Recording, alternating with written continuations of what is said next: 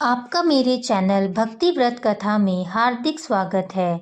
आज की इस वीडियो में हम जानेंगे शनिवार के व्रत कथा का महत्व, शनिवार की व्रत कथा और हमें शनिवार को किन नियमों का पालन करना चाहिए जिससे शनिदेव की कृपा हम पर बनी रहे।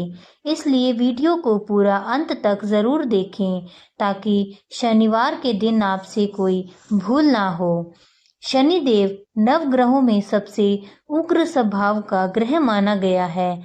वहीं भगवान भोलेनाथ ने इन्हें न्याय के देवता की उपाधि दी है।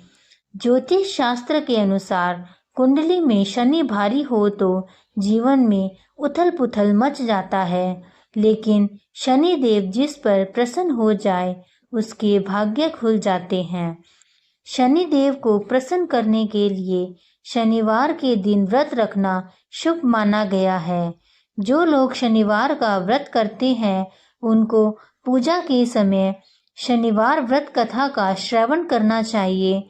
शनिवार व्रत कथा के पठन से शनि दोष और साढ़े साती के प्रभाव कम हो जाते हैं। अब हम शनिदेव की कथा का श्रवण करेंगे।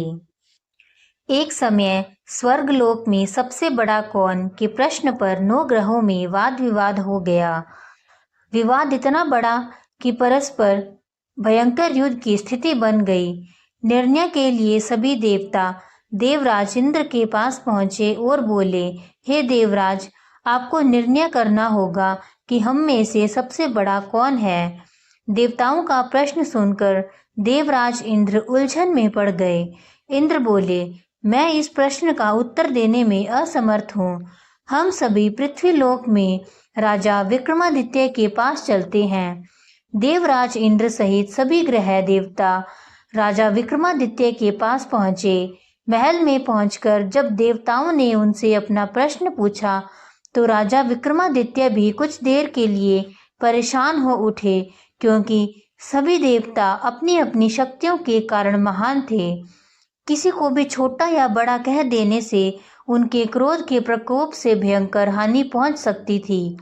अचानक राजा विक्रमादित्य को एक उपाय सूझा और उन्होंने विभिन्न धातुओं स्वर्ण, रजत, कांसा, तांबा, सीसा, रांगा, जस्ता, अभक्र व लोहे के 9 आसन बनवाए।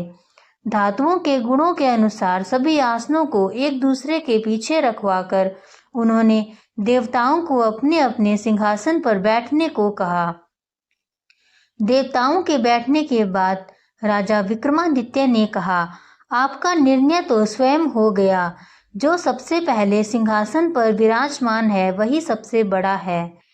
राजा विक्रमादित्य के निर्णय को सुनकर शनि देवता ने सबसे पीछे आसन पर बैठने के कारण अपने को छोटा जानकर क्रोधित होकर बोला, राजा विक्रमादित्य, तुमने मुझे सबसे पीछे बैठाकर मेरा अपमान किया है।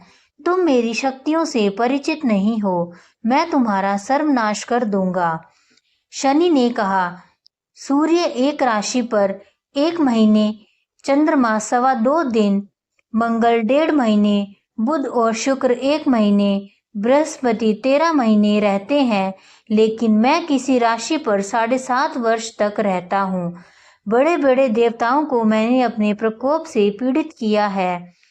राम जी को 7.5 के कारण ही वन में जाकर रहना पड़ा और रावण को 7.5 के कारण ही युद्ध में मृत्यु का शिकार बनना पड़ा। राजा, अब तू भी मेरे प्रकोप से नहीं बच सकेगा। इसके बाद अन्य ग्रहों के देवता तो प्रसन्नता के साथ चले गए, परंतु शनिदेव बड़े क्रोध के साथ वहां से विदा हुए।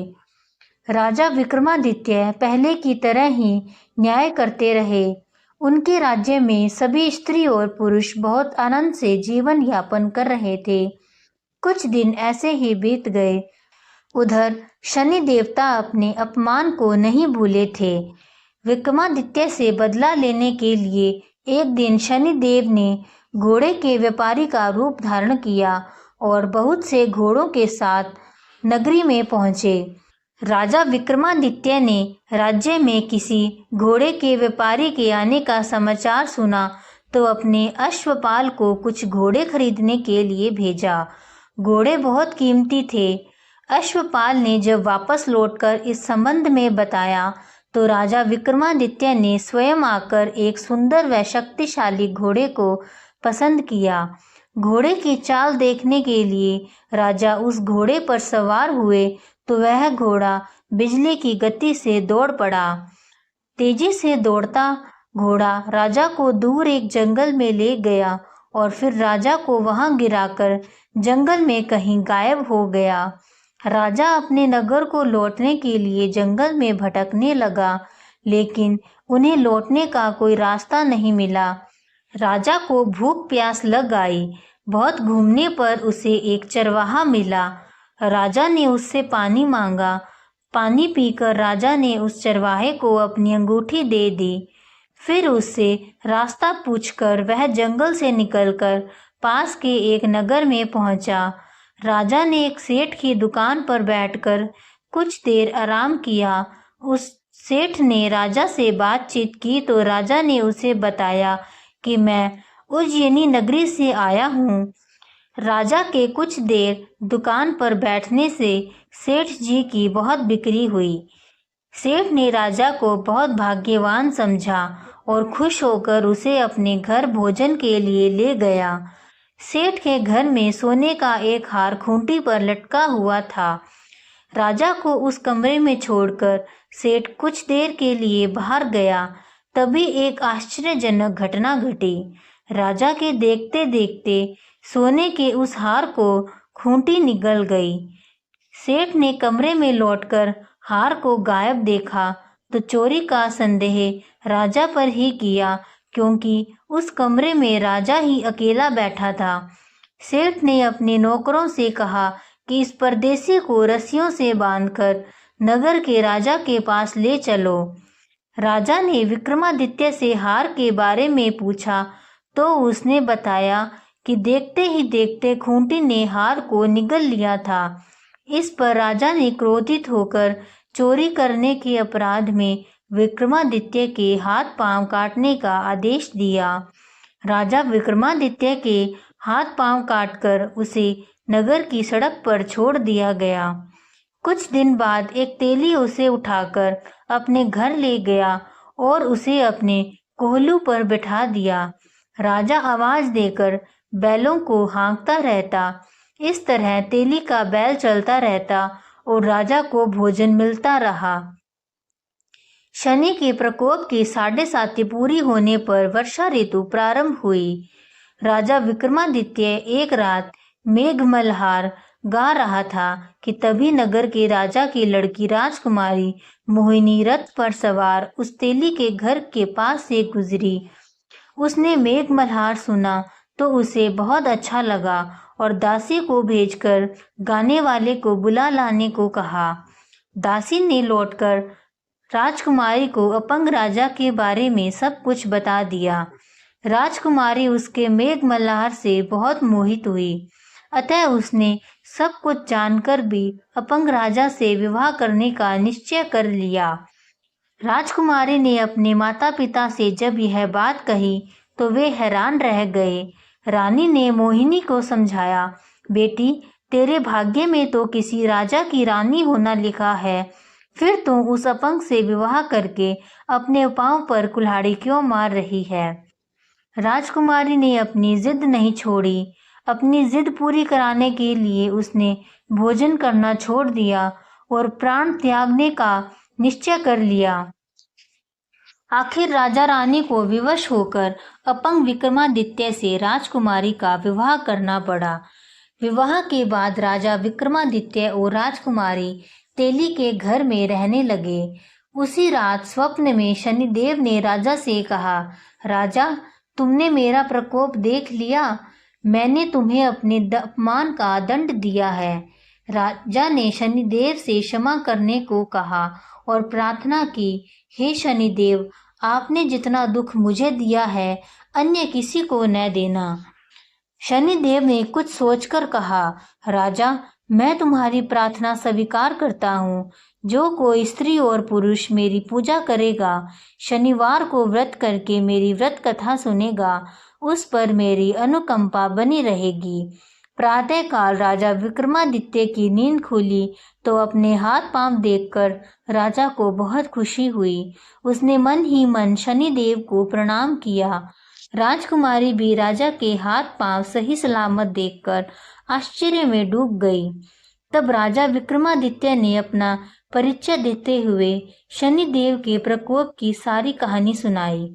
सेठ को जब इस बात का पता चला तो दौड़ता हुआ तेली के घर पहुंचा और राजा के चरणों में गिरकर क्षमा मांगने लगा। राजा ने उसे क्षमा कर दिया क्योंकि यह सब तो शनिदेव के प्रकोप के कारण हुआ था। सेठ राजा को अपने घर ले गया और उसे भोजन कराया। भोजन कराते समय वहां एक आश्चर्यजनक घटना घटी। सबके देखते देखते उस खूंटी ने हार उगल दिया। सेठ जी ने अपनी बेटी का विवाह भी राजा के साथ कर दिया और बहुत से स्वर्ण आभूषण धन आदि देकर राजा को विदा किया। राजा विक्रमादित्य राजकुमारी मोहिनी और सेठ की बेटी के साथ अपनी नगरी में पहुंचे तो नगरवासियों ने हर्ष के साथ उनका स्वागत किया। अगले दिन राजा विक्रमादित्य ने पूरे राज्य में घोषणा करवाई कि शनिदेव सब देवों में सर्वश्रेष्ठ है। प्रत्येक स्त्री और पुरुष को शनिवार को उनका व्रत करना चाहिए और व्रत कथा अवश्य सुननी चाहिए। राजा विक्रमादित्य की घोषणा से शनिदेव बहुत प्रसन्न हुए। शनिवार का व्रत करने और व्रत कथा सुनने के कारण सभी लोगों की मनोकामनाएं शनिदेव की कृपा से पूरी होने लगी। सभी लोग आनंद पूर्वक रहने लगे। आइए अब हम जानते हैं किन नियमों से शनिदेव की पूजा करनी चाहिए। यदि आप शनिवार का व्रत करते हैं या फिर शनिवार का व्रत करना चाहते हैं तो उसके एक दिन पहले से मांस मदिरा यहाँ तक कि तामसिक भोजन का सेवन छोड़ दें। शनिवार के दिन सुबह जल्दी उठकर स्नान आदि से निवृत्त हो जाएं और स्वच्छ वस्त्र धारण करके शनिदेव के समक्ष पूजा और व्रत का संकल्प लें। उसके बाद पीपल के पेड़ में जल अर्पित कर मन ही मन शनिदेव का ध्यान करते हुए 7 परिक्रमा लगाएं। इस दौरान पीपल के पेड़ में कच्चा सूत लपेटना शुभ माना गया है। जो व्यक्ति शनिवार का व्रत रखता है उसे मन, वचन और कर्म से पवित्र होना बेहद जरूरी है। इस दिन शनिदेव की कथा सुनने से विशेष लाभ प्राप्त होता है। शनिवार के दिन शाम के समय शनिदेव की आरती करना बेहद जरूरी है।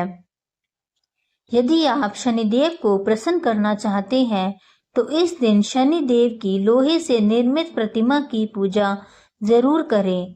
शनिवार के दिन काला तिल, सरसों का तेल, काला वस्त्र आदि शनिदेव को जरूर अर्पित करें।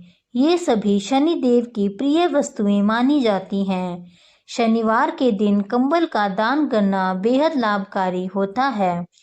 जो व्यक्ति शनिवार के दिन शनि के मंत्र और स्तोत्र का जाप करता है उसे शनि की पीड़ा से मुक्ति मिलती है। धार्मिक मान्यताओं के अनुसार शनिवार के दिन स्नान के पानी में 1 चुटकी लाल चंदन डालकर स्नान करना भी बेहद लाभकारी माना जाता है।